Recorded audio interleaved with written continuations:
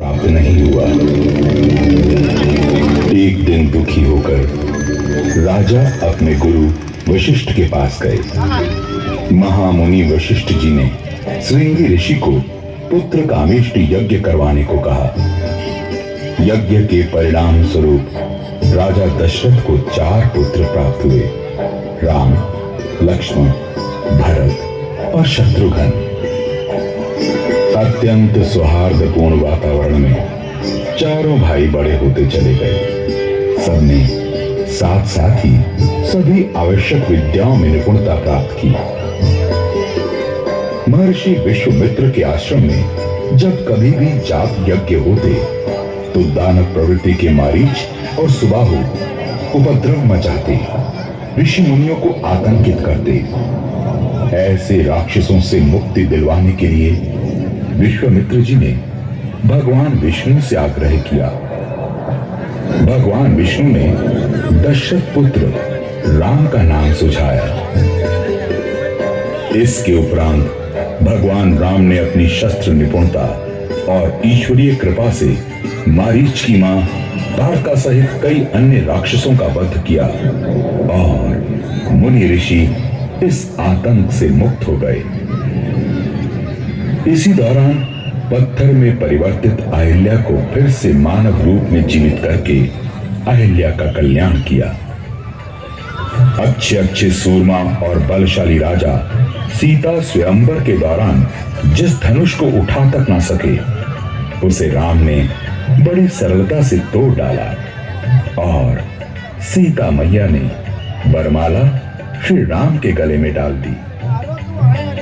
ज्येष्ठ पुत्र श्री राम के राजाभिषेक की तैयारी हो ही रही थी कि कैकई की दासी मंत्रा ने कैकई के कान भरने शुरू कर दिए। कैकई को स्मरण कराया गया कि उसको राजा दशरथ ने 2 वरदान दिए हुए हैं, जिसके बल पर कैकई श्री राम के 14 वर्ष का वनवास और अपने पुत्र भरत के लिए राज सिंहासन मांग सकती है। कैकई ने वो ही किया जो मंत्रा ने सुझाया। लाचार पिता दशरथ के इस आदेश को जहां भगवान राम ने खुशी खुशी स्वीकार किया, वहीं अनुज लक्ष्मण और सीता माता ने श्री राम के साथ वनवास काटने का प्रण किया। मानवता की रक्षा हेतु मार्ग में कई राक्षसों का संहार करते हुए तीनों पहुंचे पंचवटी। राम और लक्ष्मण की सुंदरता पर मोहित शूर्पणखा ने दोनों के समक्ष विवाह का प्रस्ताव रखा। दोनों भाइयों द्वारा अस्वीकार करने पर शूर्पणखा ने अपने असली राक्षसी रूप को दर्शाया, जिसके फलस्वरूप लक्ष्मण ने उसकी नाक काट डाली। शूर्पणखा ने रोते चिल्लाते रावण के सामने अपना दुखड़ा सुनाया और अपमान का बदला लेने के लिए रावण को भड़काना शुरू कर दिया। क्रोधित रावण ने सीता हरण की योजना बना डाली। रावण ने मारीच को कपट मृग का रूप धारण करने का आदेश दिया।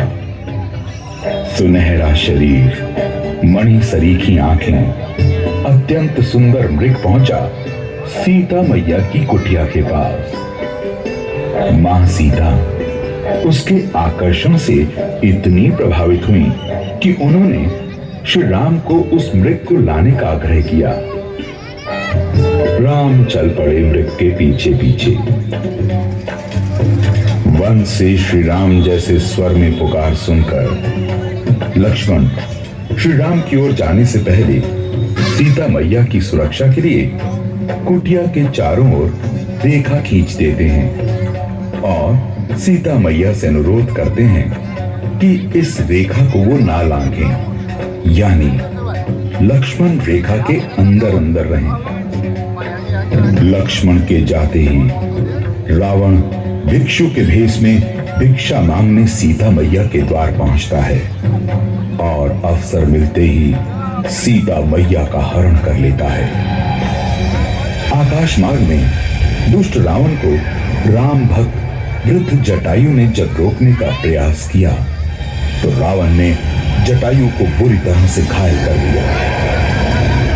कुटिया में लौट कर आने पर सीता मैया को ना पाकर श्री राम और लक्ष्मण दोनों चिंता में डूब जाते हैं, विचलित हो जाते हैं। खोज शुरू होती है।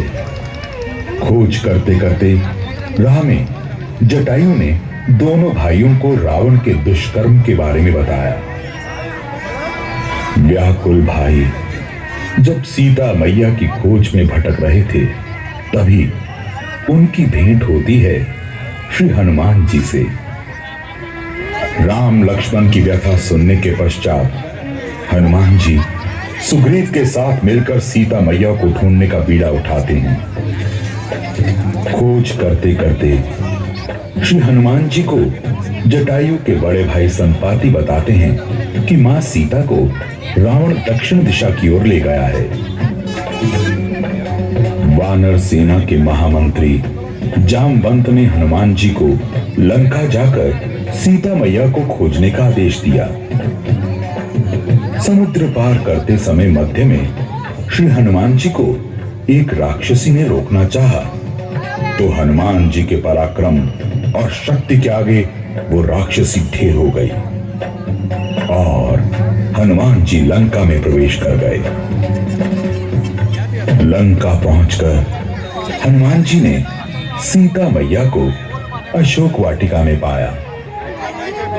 इसी दौरान रावण पुत्र अक्षय कई राक्षसों सहित हनुमान जी के हाथों मारा गया। इसे सुनकर रावण ने अपने बड़े पुत्र मेघनाथ को हनुमान जी को पकड़कर लाने का आदेश दिया। जब हनुमान जी को दरबार में लाया गया तो उनकी पूंछ में आग लगाने का आदेश दिया गया। बस फिर क्या था, हनुमान जी ने उसी आग लगी पूंछ से सारी लंका को फूंकना शुरू कर दिया। फिर श्री हनुमान सीता मैया से निशानी के तौर पर चूड़ामणि लेकर श्री राम तक पहुंचे और सारा विवरण जा सुनाया।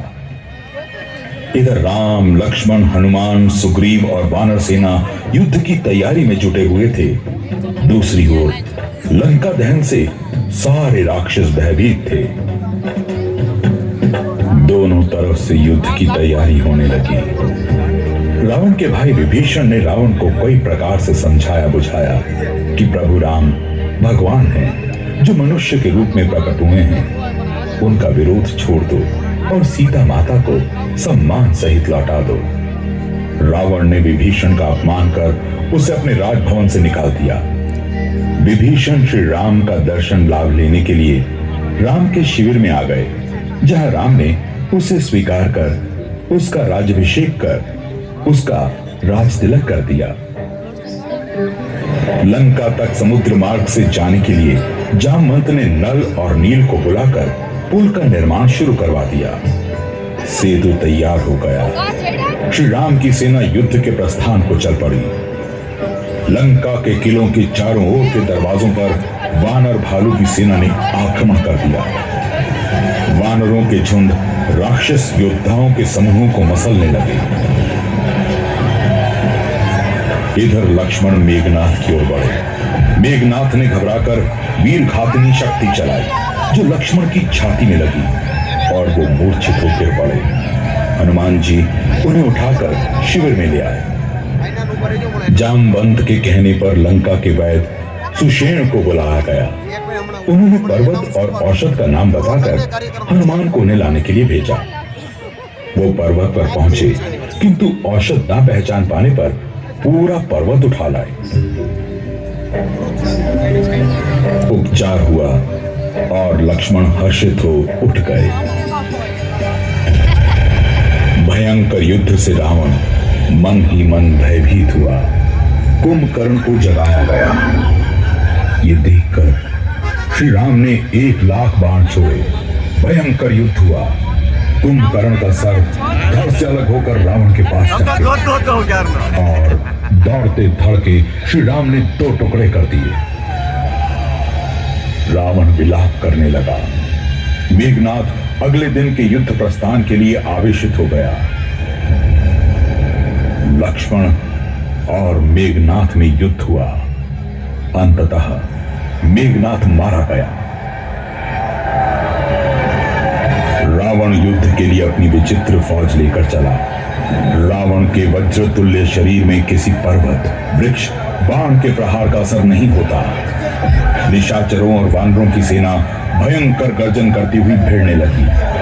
किसी प्रकार के प्रहारों का रावण पर प्रभाव न होता, वो फिर उठ खड़ा होता। तब विभीषण ने श्री राम से कहा कि रावण के नाभि कुंड में अमृत का निवास है, जिससे वो जीवित है। श्री राम ने कानों तक धनुष को खींचा और 31 बाण छोड़े। रावण के नाभि कुंड का अमृत सोख लिया। सिर और भुजा कटे और रावण मृत्यु को प्राप्त हुआ।